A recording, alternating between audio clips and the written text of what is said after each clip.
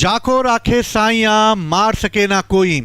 ये कबीर के दोहे को साबित करके रख दिया है एक ऐसे 57 वर्ष के नेपाली गाइड ने, जो कि माउंट एवरेस्ट पर लोगों को गाइड करते थे और 6 दिन से लापता थे। लेकिन 6 दिन से वो मौत और जिंदगी के बीच में झूल रहे थे, लेकिन अंतिम समय में उन्होंने मौत को चकमा दे दिया और जिंदगी को वापस से जीत लिया। आखिर एक ऐसे शेरपा की कहानी जो कि अपने माउंट एवरेस्ट के डेथ जोन से वापस लौट आया, और इसे देखकर पूरी दुनिया जो है वो दंग रह गई कि एक ऐसे क्षेत्र से जहां से लोगों का जिंदगी वापस नहीं आती है, लोगों की लाश तक नहीं मिलती है, वहां पर इस शेरपा ने अपने जज्बे का सहारा लेकर जो है अपने आप को जीवित वापस लेकर आ गए। ये हैं मशहूर पर्वतारोही हिलेरी दावा शेरपा, और इन्हें एडमंड हिलेरी के नाम पर हिलेरी दावा शेरपा के नाम से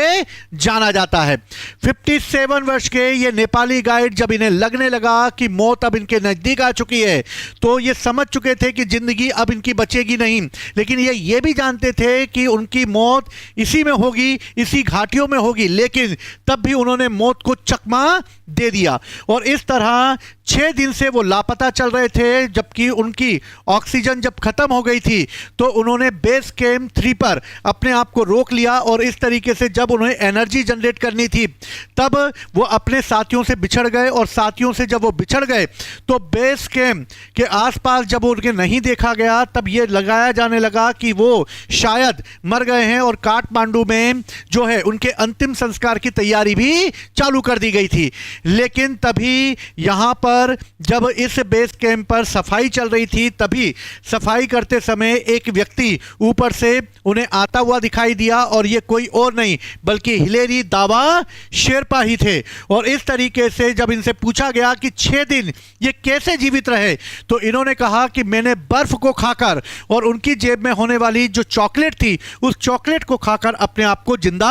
रखा। और इस तरह एक ब्रिटिश सैनिक और पर्वतारोही क्रिस थॉल ने उन्हें अंतिम समय में जिंदा देखा था, और वो भी कैंप